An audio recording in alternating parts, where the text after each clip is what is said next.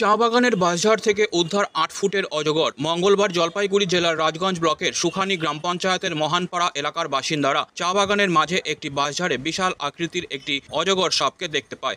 এই খবর ছড়িয়ে পড়তেই এলাকায় ভিড় জমান প্রচুর মানুষ। এরপর সাপটিকে উদ্ধার করার জন্য এলাকাবাসীরা খবর দেন গ্রিন জলপাইগুড়ি স্বেচ্ছাসেবী সংস্থাকে। গ্রিন জলপাইগুড়ি স্বেচ্ছাসেবী সংস্থার প্রাক্তন সভাপতি মজিদ আলম, সাধারণ সম্পাদক অঙ্কুর দাস ও ক্রিয়া সম্পাদক বিবেক ঝা ঘটনাস্থলে পৌঁছে বাঁশ কেটে অজগর সাপটিকে উদ্ধার করেন।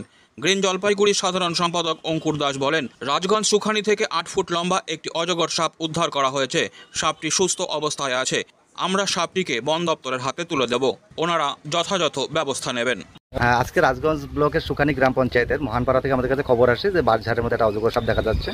ওরা তো প্রথমে বিশাল আকৃতি বলছিল, পরে আমরা গিয়ে দেখি প্রায় ৮ থেকে ৯ ফিট লম্বা একটা পাইথন বাঁশঝাড়ের উপরে ছিল। সেখানে আমরা আমাদের গ্রিন জলপাইগুড়ি প্রাক্তন সভাপতি মজিদ আলম, ক্রিয়া সম্পাদক বিবেক ঝা সহ আমরা পৌঁছাই এবং সেখানে বাঁশ কেটে সাপটাকে উদ্ধার করা হয়।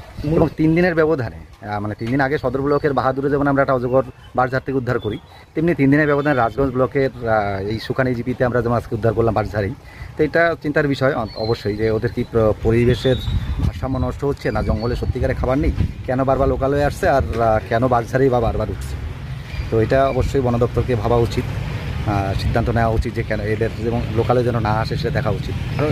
থাকার সম্ভাবনা আছে। হ্যাঁ, সেই এলাকার মানুষ বলছে যে ওইখানে আরও একটা ছোটো দেখছিল, এটা যেমন হচ্ছে 8 থেকে 9 ফিট হবে, আরেকটা দেখছে বললো যে 4 থেকে 5 ফিট হবে।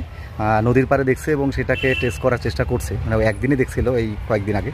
তো আবার চেষ্টা হচ্ছে, যদি খবর পাওয়া যায় আমরা আবার যাব, কিন্তু লোকালে বারবার ফিরে আসাটাই বললাম যে চিন্তার বিষয়। তো বলছে বাঁশঝাড়েই কেন উঠছে সব দেখা যাচ্ছে। এটা হতে পারে যে বাঁশঝাড়ে কিছুটা খাবারের যোগান থাকে, পাখি বাসা থাকে, পাখি এসে বসে, অনেক ইঁদুর থাকে বাঁশঝাড়ে, সেই ক্ষেত্রে খাবারের যোগানের জন্য ওরা বাঁশঝাড়ে আসতে পারে। আরও একটা জিনিস হতে পারে, যেমন হচ্ছে আগের দিনেরটা হচ্ছে নদীর উল্টা পাশে যেমন চা বাগান ছিল, আজকেরটা চা বাগানের মাঝখানে বাঁশঝাড়।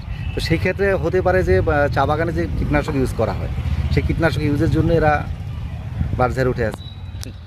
Disclaimer. This channel may not promote any violent, harmful or legal activities. All content provided by this channel is meant for an educational purpose only.